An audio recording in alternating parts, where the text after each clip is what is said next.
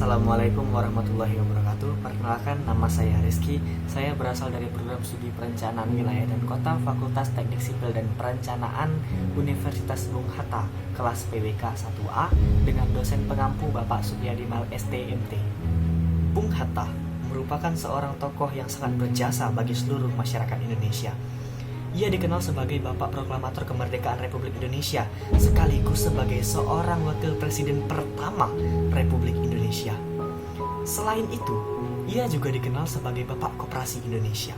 Bung Hatta sebagai seorang the founding fathers dan public figure merupakan seorang yang disiplin, sederhana, rajin, hemat, jujur, anti korupsi, dan ia merupakan seorang yang patuh terhadap pemimpin. Sebagai mahasiswa Universitas Bung Hatta, sudah semestinya kita sebagai seorang mahasiswa untuk meneladani sifat dan teladan dari Bung Hatta. Sifat-sifat inilah yang membawa Bung Hatta menjadi seorang yang memiliki karir yang sangat luar biasa. Dalam pencapaian karir tersebut, tentu Bung Hatta tidak mendapatkan itu secara serta-merta, melainkan ia harus memulai semua itu dari nol. Lalu, bagaimana karir seorang Bung Hatta sebelum ia mendapatkan karir yang sangat luar biasa dan ia sampai dikenang seperti sekarang ini? Mari kita simak video berikut ini. Dr. Haji Muhammad Hatta lahir di Bukit Tinggi 12 Agustus 1902. Pria yang akrab disapa dengan sebutan Bung Hatta ini merupakan pejuang kemerdekaan Republik Indonesia yang kerap disandingkan dengan Soekarno. Tak hanya sebagai pejuang kemerdekaan, Bung Hatta juga dikenal sebagai organisatoris, aktivis partai politik, negarawan, proklamator, pelopor koperasi, dan seorang wakil presiden pertama di Indonesia.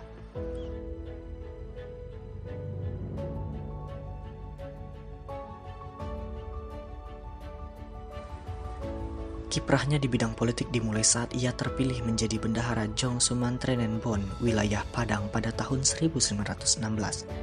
Pengetahuan politiknya berkembang dengan cepat saat Hatta sering menghadiri berbagai ceramah dan pertemuan-pertemuan politik. Secara berkelanjutan, Hatta melanjutkan kiprahnya terjun di dunia politik.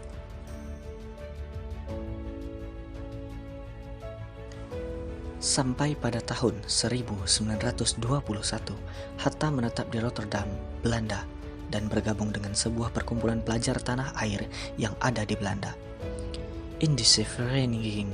Mulanya, organisasi tersebut hanyalah merupakan organisasi perkumpulan bagi pelajar, namun segera berubah menjadi organisasi pergerakan kemerdekaan saat tiga tokoh Indische Partij, Suwardi Suryadiningrat, Douwe Steker, dan Cipto Mangunkusumo bergabung dengan Indische Vereniging yang kemudian berubah nama menjadi Perhimpunan Indonesia atau PI. Di Perhimpunan Indonesia, Hatta mulai meneliti karir di jenjang politiknya sebagai bendahara pada tahun 1922 dan menjadi ketua pada tahun 1925. Saat terpilih menjadi ketua PI, Hatta mengumandangkan pidato inaugurasi yang berjudul Struktur Ekonomi Dunia dan Pertentangan Kekuasaan.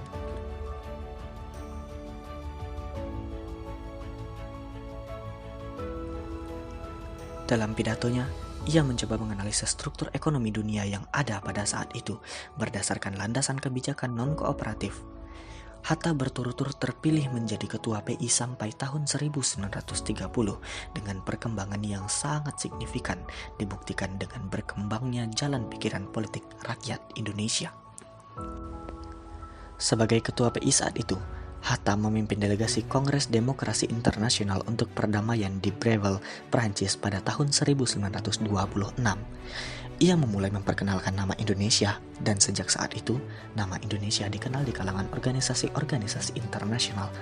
Pada tahun 1927, Hatta bergabung dengan Liga Menentang Imperialisme dan Kolonialisme di Belanda dan berkenalan dengan aktivis nasionalis India, Jawaharlal Nehru. Aktivitas politik Hatta pada organisasi ini menyebabkan dirinya ditangkap tentara Belanda bersama dengan Nazir Pamuntjak, Ali Sastromijojo, dan Abdul Majid Djodjodiningrat sebelum akhirnya dibebaskan setelah ia berpidato dengan pidato pembelaan berjudul Indonesia Free. Selanjutnya pada tahun 1932, Hatta kembali ke Indonesia dan bergabung dengan Organisasi Klub Pendidikan Nasional Indonesia yang bertujuan untuk meningkatkan kesadaran politik rakyat Indonesia dengan adanya pelatihan-pelatihan.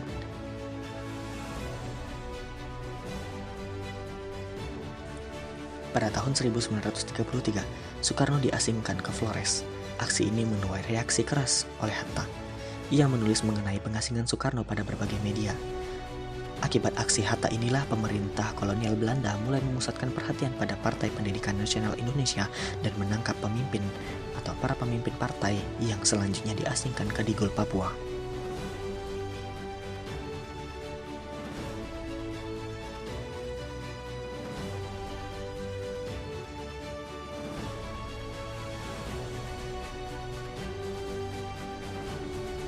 Pada masa pengasingan di Digul, Hatta aktif menulis di berbagai surat kabar.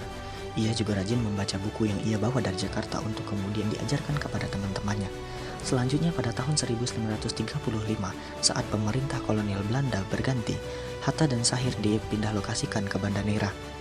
Di sanalah Hatta dan Sahir mulai memberi pelajaran kepada anak-anak setempat dalam bidang sejarah, politik, dan lainnya.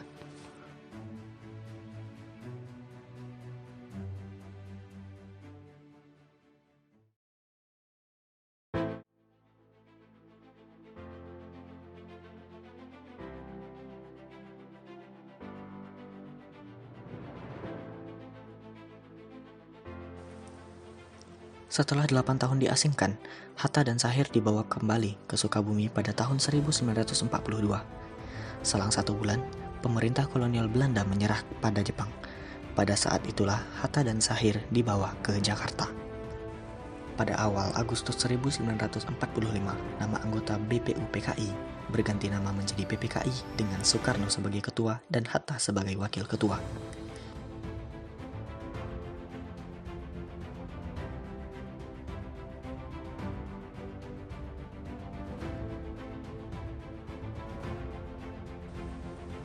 Sehari sebelum hari kemerdekaan dikumandangkan, Panitia Persiapan Kemerdekaan Indonesia mengadakan rapat di rumah Admiral Maida. Panitia yang hanya terdiri dari Soekarno-Hatta, Soebardjo, Soekarni, dan Sayuti tersebut merumuskan teks proklamasi yang akan dibacakan keesokan harinya dengan tanda tangan Soekarno dan Hatta atas usul Soekarni. Pada tanggal 17 Agustus 1945, tepatnya pukul 10 waktu Indonesia Barat, kemerdekaan Indonesia diproklamasikan oleh Soekarno dan Hatta atas nama bangsa Indonesia. Keesokan harinya, pada tanggal 18 Agustus 1945, Soekarno diangkat sebagai Presiden Republik Indonesia dan Hatta sebagai Wakil Presiden Indonesia.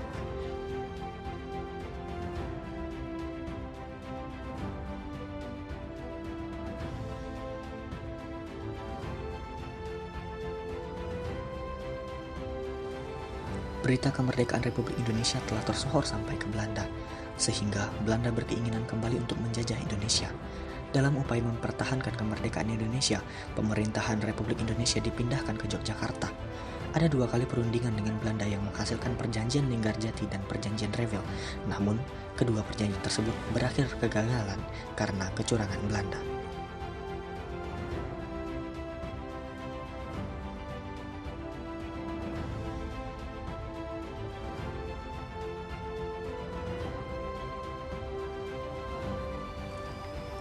Pada Juli 1947, Hatta mencari bantuan ke India dengan menemui Jawaharlal Nehru dan Mahatma Gandhi. Nehru berjanji India dapat membantu Indonesia dengan melakukan protes terhadap tindakan Belanda dan agar dihukum pada PBB. Banyaknya kesulitan yang dialami oleh rakyat Indonesia memunculkan aksi pemberontakan oleh PKI, sedangkan Soekarno dan Hatta ditawan ke Bangka. Selanjutnya kepemimpinan perjuangan dipimpin oleh Jenderal Sudirman.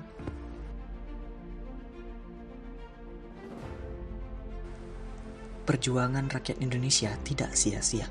Pada tanggal 27 Desember 1947, Ratu Juliana memberikan pengakuan atas kedaulatan Indonesia kepada Hatta.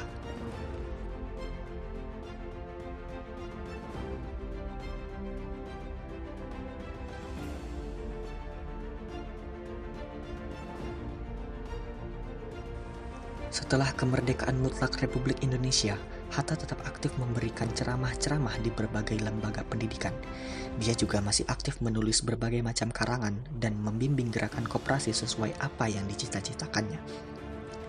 Tanggal 12 Juli 1951, Hatta mengucapkan pidato di radio mengenai hari jadi koperasi dan selang 5 hari kemudian dia diangkat menjadi Bapak Koperasi Indonesia. Hatta menikah dengan Rahim Rahmi pada tanggal 18 November 1945 di Desa Megamendung, Bogor, Jawa Barat. Pasangan tersebut dikarunia 3 orang anak, yakni Mutia, Gemala, dan Halida.